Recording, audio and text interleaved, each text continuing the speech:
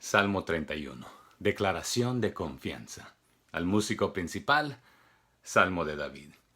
Este salmo es conocido como una súplica individual y ha sido orado, cantado o recitado por muchos en diferentes porciones de las Sagradas Escrituras, incluyendo a Jesús el Mesías, nuestro Salvador, quien usó una porción de este salmo como sus últimas palabras mientras colgaba en la cruz del Calvario por usted y por mí. También encontramos palabras muy similares a la de este salmo en el libro de Jeremías, llevando a algunos teólogos a atribuir este salmo a él. Y este salmo es para confianza en situación de angustia. ¿Quién no ha pasado por un momento de angustia? Y como veremos, aún el Cristo, nuestro Señor Jesucristo, estuvo angustiado. 2 veces el salmista nos dirige desde la angustia hasta la liberación o la salvación en Dios. 2 declaraciones profundas de confianza encontramos en este salmo que fueron dichas por Jesús al dar su vida en la cruz, como ya se mencionó, al igual que Esteban al morir apedreado como el primer mártir de la iglesia. Aquí están las 2 declaraciones. En tus manos encomiendo mi espíritu, que se encuentra en el verso 5. Y la segunda, en tus manos están mis tiempos, que la vemos en el verso 15. Muchos otros creyentes han repetido estas 2 declaraciones, entre ellos otros mártires de la iglesia primitiva y de nuestro tiempo. Veamos el salmo primero a vuelo de pájaro y luego regresemos a ver verso por verso. En este salmo encontramos lo siguiente, es un clamor por salvación, en los versos 1 al 4. El salmista nos da un buen ejemplo. A menudo necesitamos liberación de peligros, acechanzas de enemigos espirituales, muchas veces también de otro índole, pero las actitudes negativas, tentaciones y temores vienen y nos acosan y nos acechan. Pero podemos clamar. Podemos decir, líbrame, así como en el verso 2 y 3. Las palabras roca, fortaleza y roca son las mismas que también se usaron allá en el Salmo 18 del 1 al 3. Dios es su fuerza y protección. Puede parecer paradójico que en el verso 2 pide que Dios sea su roca y fortaleza, pero en el verso 3 afirma que lo es. Sin embargo, en el verso 2 está diciendo, pruébate o haz realidad, pero en el verso 3 ya está afirmando la realidad. En otras palabras, mientras el salmista ora a Jehová, su confianza crece en Dios y va creciendo, porque dice, me guiarás y me encaminarás, ahí en el verso 3. En situaciones de angustia y crisis, más que nunca hace falta la dirección definida de Dios. Según el verso 4, lo están persiguiendo, poniendo trampa al salmista. En este primer ciclo de angustia a victoria, el salmista es el perseguido. En el segundo ciclo, de los versos 9 al 24, él es el rechazado. Pasa de ser el perseguido al rechazado. Así que vemos clamor por salvación de parte del salmista y número 2, vemos una declaración de confianza en los versos 5 al 8. Jesús usó estas palabras, en tus manos encomiendo mi espíritu, cuando dio su vida en la cruz, asimismo como Esteban, cuando murió apedreado, como ya dijimos. Así que es interesante que ambos, Jesús como Esteban, usaron la palabra espíritu, rúa, en el hebreo y pneuma, de pneumatos, neumático es donde tenemos esta palabra.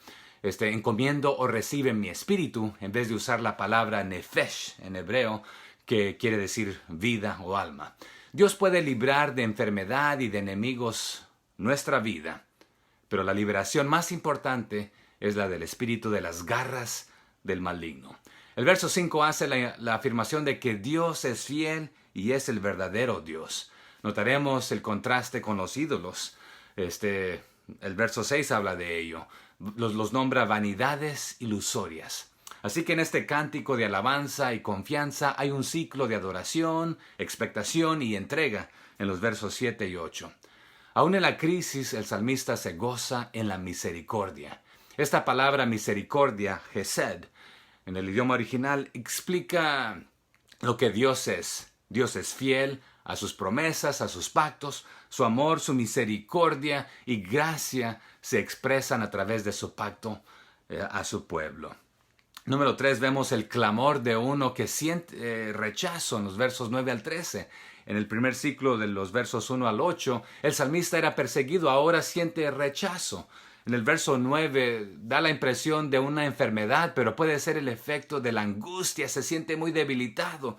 En el verso 10 se debilita más y tiene un sentido de culpa.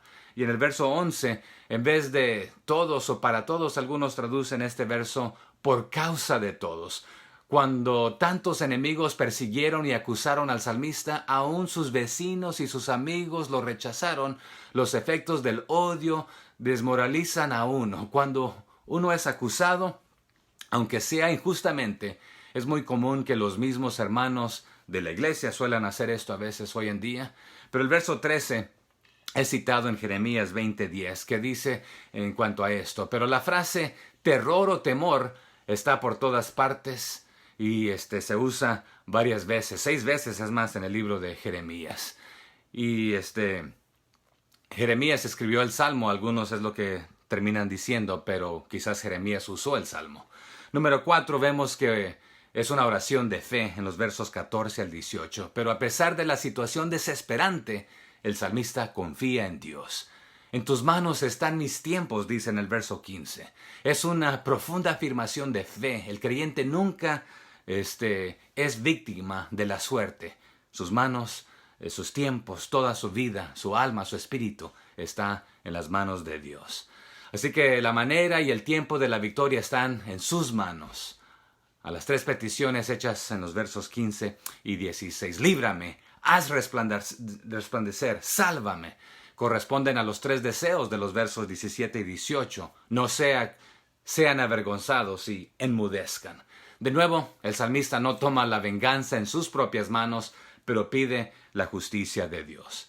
En quinto lugar, vemos que es una alabanza por la respuesta de los versos 19 al 24. La sección se puede dividir en 3 partes, versos 19 y 20. Dios cuida a los suyos, 21-22, testimonio de salvación específica, y versos 23 y 24, un llamado al pueblo de Dios. Se notan paralelos entre los motivos de agradecimiento en los versos 19 al 23 y las peticiones de los versículos anteriores. Así que vemos A, la bondad de Dios para los que buscan refugio en el verso 19. El salmista se había refugiado en Dios en el verso 1. B, Dios protege a los suyos de conspiración y contiendas, de acuerdo al verso 20. El salmista sufrió esto en el verso 18. C, Dios ha hecho maravillosa su misericordia, de acuerdo al verso 21. El salmista había pedido misericordia en el verso 16. D, Dios oyó la voz de mis ruegos, de acuerdo al verso 22. Lo había pedido en el verso 2, el refugio de la presencia de Dios. Así que, según el verso 22, parece que el salmista escribe el salmo después de la experiencia, cuando le recordaba y la revivía. Él creía en la misericordia de Dios, pero esta salvación de la crisis le hizo ver lo maravilloso de su amor. Siempre confiaba en Dios, pero esto lo lleva a estar maravillado porque cuando te clamé, oíste. Al haber experimentado de nuevo este gran amor salvífico de Dios, el salmista se dirige a todo el pueblo con una exhortación. Amad, esforzaos, ahí en los versos 23 y 24. Cada creyente debe decidir amar a Dios, pues es un mandato y es un privilegio, ambas cosas. La decisión de amar a Dios y expresárselo en la adoración aumenta este mismo amor a Dios. ¿En qué sentido deben esforzarse? El salmista estaba para darse por vencido, de acuerdo al verso 22. Pero el clamar a Dios y confiar en el cambio y su poder cambió todo. Así que adelante los anima a hacer lo mismo. Una de las porciones claves de este salmo es esta. Pero yo he confiado en ti, oh Jehová. He dicho, tú eres mi Dios. En tus manos están mis tiempos. Así que comencemos. Salmo 31, verso 1. En ti, oh Jehová, he confiado. No sea yo confundido. Jamás. Líbrame de tu justicia. Este salmo presenta la confianza del alma humana en Dios, en medio de las lágrimas y aflicción, hasta el triunfo, que lo veremos en el verso 19. En 1 de Juan 5:4 nos dice, porque todo lo que es nacido de Dios vence al mundo, y esta es la victoria que ha vencido al mundo, nuestra fe, que viene de Él. David clamó a Dios para que lo librara. Quería que Dios detuviera a aquellos que injustamente le estaban acusando y causando problemas. Pero, por lo tanto, David hizo su petición basado en que él conocía del nombre y del carácter de Dios. Como Dios es justo y amoroso, él quiere liberar a su pueblo. La fe y la oración deben ir juntas, porque la oración de fe es la oración que prevalece. Así que todo creyente enfrentará peligros y liberaciones y hasta que sea liberado de la muerte, su postrer enemigo. Decimos que tenemos fe en Dios, pero te pregunto, ¿confiamos realmente en Él? Las palabras de David más tarde, en tu mano encomiendo mi espíritu, transmiten su completa confianza en Dios. Jesús utilizó esta frase cuando estaba muriendo en la cruz, ya lo mencionamos, mostrando su absoluta dependencia en Dios. El Padre, su Padre, lo vimos y lo vemos en Lucas 23:46. Esteban repitió estas palabras cuando estaba siendo apedreado en Hechos 7:59, confiando que, aún en la muerte, simplemente estaba pasando del cuidado terrenal de Dios aquí a su cuidado eterno. Debemos comprometer nuestras posesiones, nuestras familias y nuestras vocaciones a Dios. Pero, en primer lugar, y más importante aún, debemos comprometernos totalmente con Dios. Y lo más importante, nuestro espíritu. Una pregunta, ¿confías realmente en Dios? En especial en los momentos más difíciles. Es bonito decir confiar en Él cuando todo va conforme a lo que uno quiere. Continuemos, verso 2. Inclina a mí tu oído, líbrame pronto, sé tú mi roca fuerte y fortaleza para salvarme. El salmista busca socorro en el justo gobierno de Dios y suplica que le preste oído y le dé la ayuda pronta y eficaz. Sin otro medio y sin ningún merecimiento, confía solamente en la integridad de Dios para que y en sus perfecciones para que lo salve, lo proteja, lo libre de los lazos del enemigo. Verso 3. Porque tú eres mi roca y mi castillo, por tu nombre me guiarás y me encaminarás. Hemos visto en otros salmos que Cristo Jesús es representado como la roca, nuestro refugio sólido. Verso 4. Sácame de la red que han escondido para mí, pues tú eres mi refugio. Así que este verso va de la mano con el anterior. Él es la roca, Él es nuestro refugio, puede salvar y puede proteger. Verso 5. En tu mano encomiendo mi espíritu. Tú me has redimido, oh Jehová, Dios de verdad. Encomiendo. Jesús citó estas palabras de extrema confianza en Dios al morir en la cruz. Dice así Lucas.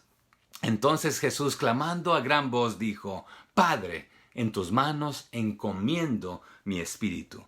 Y habiendo dicho esto, expiró. Lucas 23:46. Encomiendo mi espíritu, mi vida, mi persona o ser. El salmista descansa en la misma fidelidad de Dios para con sus promesas hechas a su pueblo.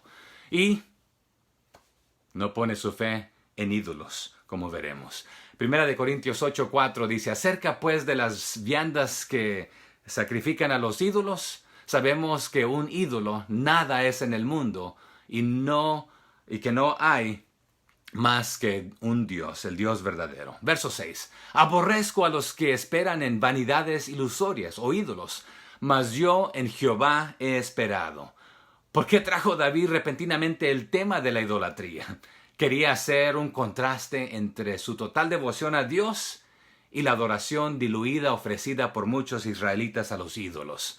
Los rituales religiosos paganos nunca fueron completamente borrados de Israel ni de Judá, a pesar de los esfuerzos que llevaron a cabo David y algunos otros reyes.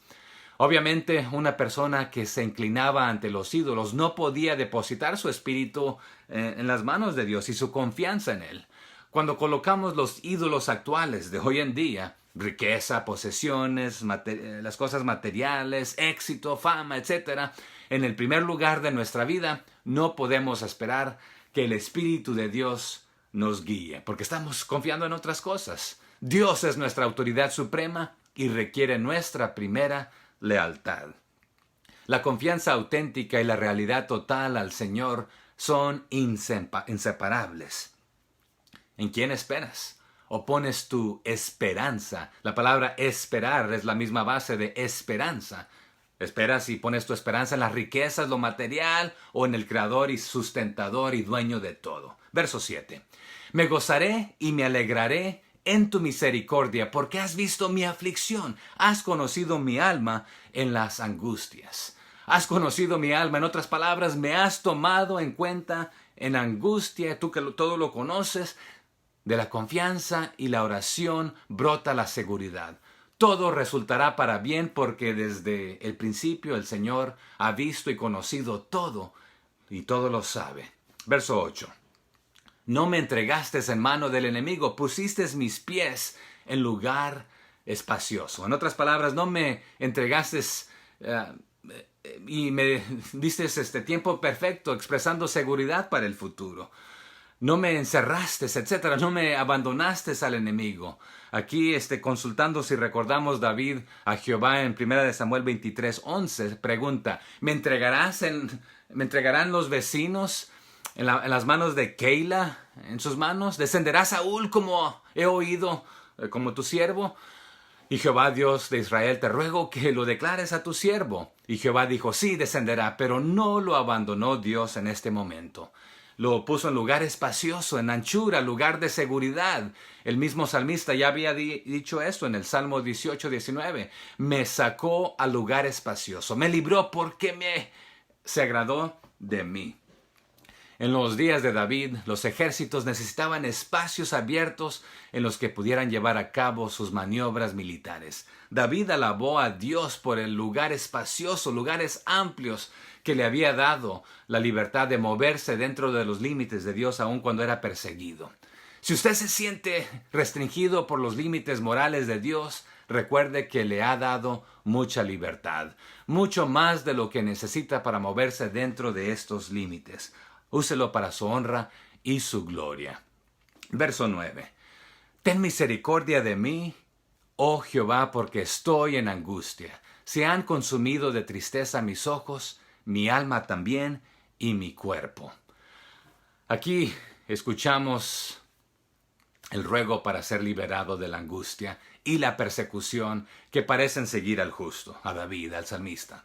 Al describir sus propios sentimientos, David describió la impotencia y la desesperación que siente cada uno cuando es odiado o rechazado.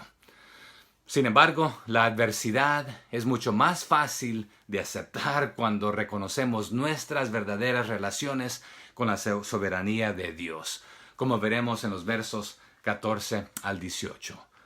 Mis ojos, alma y cuerpo aquí denotan extrema debilidad o dolor, la tristeza y la indignación mezclados aquí. Alma, entrañas, la persona entera, que es mente, voluntad y emociones. Consumido, aquí está diciendo, debe entenderse en sentido modificado de desgastado y corrompido. Las aflicciones de David lo hicieron varón de dolores. Jesucristo también fue varón de dolores. Aquí era tipo de Cristo que estaba experimentando en quebrantos. Podemos clamar a Dios no solo por lo que Él es, que nos dijo en el verso 3, es nuestra roca, nuestro castillo y nuestra fortaleza, y por lo que Él sabe, de acuerdo al verso 7, lo sabe todo, lo conoce todo hasta lo más íntimo, sino que también podemos clamarle a Él porque Él por quien nosotros somos. Verso 10. Porque mi vida se va gastando de dolor, y mis años de suspirar. Se agotan mis fuerzas a causa de mi iniquidad, y mis huesos se han consumido. Aquí iniquidad o culpa. Este no era un caso donde David podía alegar inocencia. En alguna manera que no declara, el pecado era un factor contribuyente a sus problemas. Pero aún así podía volverse al Señor en confianza, en oración y en consagración. David reconoce que sus aflicciones eran merecidas por sus pecados, pero Cristo también sufrió por nuestros pecados, no los suyos. Verso 11. De todos mis enemigos soy objeto de oprobio, y de mis vecinos muchos más, y el horror de mis conocidos. Los que me ven fuera huyen de mí. El salmista describe el progreso de su desgracia hasta el último grado, hasta que los enemigos de David no se animaron a socorrerlo. Los discípulos de Jesús, ¿qué sucedió? Lo abandonaron. Aún el que dijo, dispuesto estoy hasta morir, defenderte, bueno, lo dejó. Los religiosos estuvieron en contra de Jesús. Así que no pensemos que es raro que si nos abandonan. También Pablo dijo, todos me han dejado. Pero asegurémonos de una cosa, Jesucristo jamás nos dejará. Con toda seguridad, Dios ordenará y dispondrá todo en la mejor forma para quienes también encomiendan su espíritu en su mano. El tiempo de la vida está en las manos de Dios, que lo alarga, lo acorta, nos permite diferentes aspectos. Así que con esta fe y con esta confianza pide David al Señor que lo salve por amor a sus misericordias, no por algún mérito de él.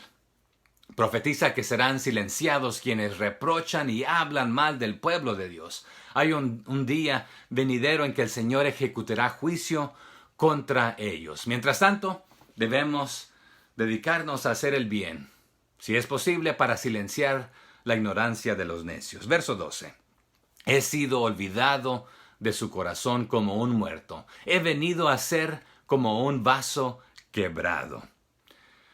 Quedé olvidado como un muerto y menospreciado como un inútil vaso roto, es lo que está diciendo. Verso 13. Porque oigo la calumnia de muchos. El miedo me asalta por todas partes, mientras consultan juntos contra mí e idean quitarme la vida.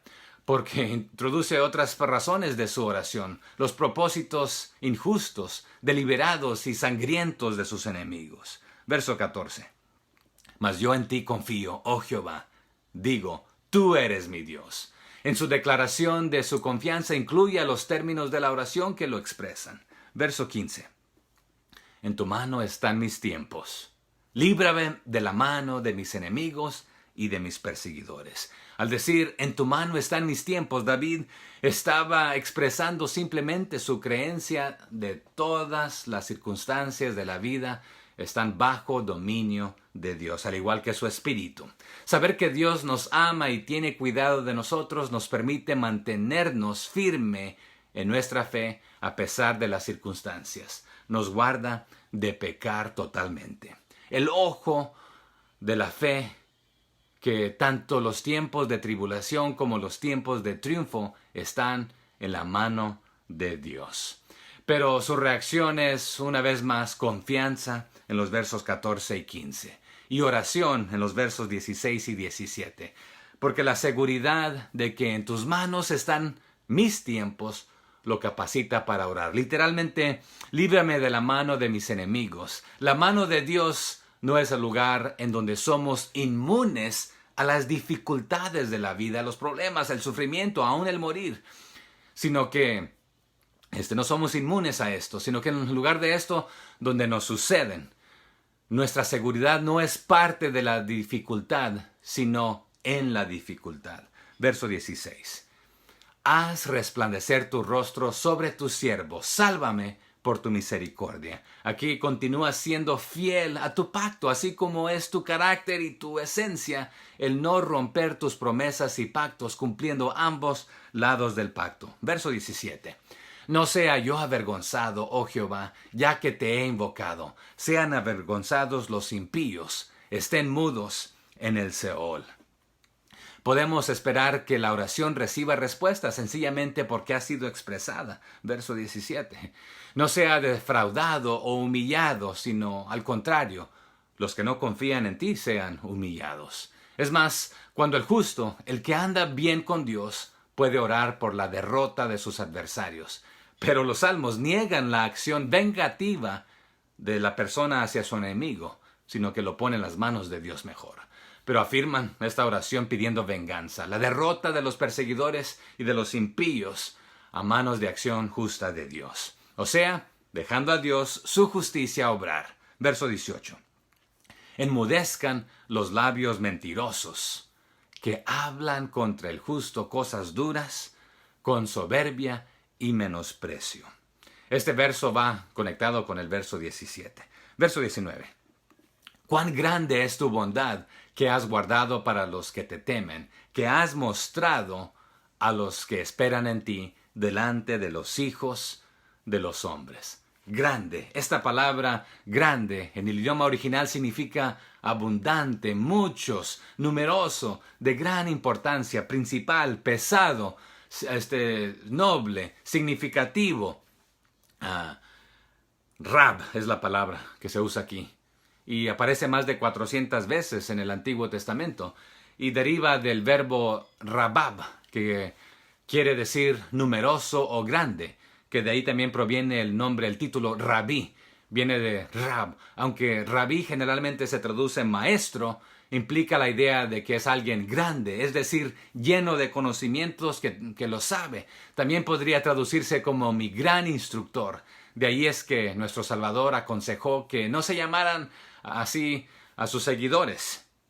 Solo podemos tener un rabí, y este no es otro que simplemente nuestro Mesías, de acuerdo a Mateo 23:8. Que Dios ha guardado su bondad, recompensas para aquellos que le temen y para los que en Él esperan.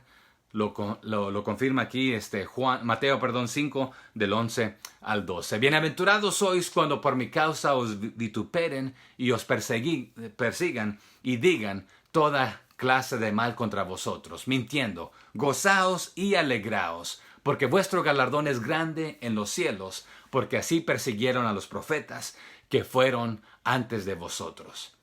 En lugar de rendirnos a la impaciencia o al desencanto, o cuando somos atribulados, debemos volver nuestros pensamientos a la bondad del Señor para con quienes le temen y confían en Él.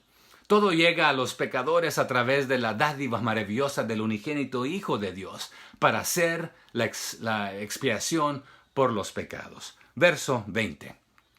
En lo secreto de tu presencia lo esconderás de la conspiración del hombre. Los pondrás en un tabernáculo a cubierto de contención de lenguas. David ahora mira hacia la crisis pasada y llega a sus conclusiones. El Señor protege a los que confían en Él, de acuerdo al verso 19 y 20. Responde a los que llaman, de acuerdo al verso 21 y 22. Y está a disposición de ellos, sus santos, los que Él ama y que corresponden a su amor, preservándoles y dándoles seguridad en su esperanza, de acuerdo al verso 23-24. Veamos el verso 21. Bendito sea Jehová, porque ha hecho maravillosa su misericordia para conmigo en ciudad fortificada.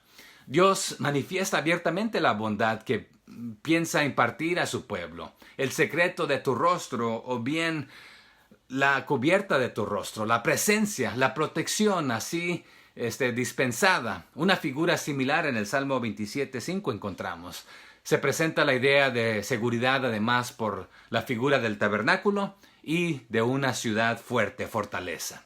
En ciudad fortificada, una situación como la del Primera de Samuel 23 del 7 al 29. Verso 22. Decía yo en mi premura, cortado soy de delante de tus ojos, pero tú oíste la voz de mis ruegos cuando a ti clamaba.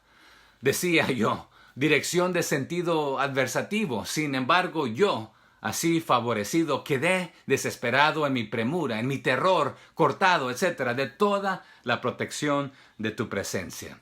Aquellos que conocen a Dios tendrán la victoria final, de acuerdo al verso 22. Podemos animarnos hoy porque Dios nos protegerá teniendo a salvo nuestro espíritu. Verso 23. Amad a Jehová, todos vosotros sus santos, a los fieles guarda Jehová y paga abundantemente al que procede con soberbia. Aquí guarda Jehová, es fiel, cumple su pacto con su pueblo y juzga con justicia al malo. Que nadie desespere, pues si no, tenga ánimo, que su esperanza no será en vano. Así que, verso 24. Esforzaos todos vosotros los que esperáis en Jehová, y tome aliento vuestro corazón. Esperáis, la esperanza en la Biblia es seguridad de lo que sucederá, sumada al desconocimiento del factor cuándo.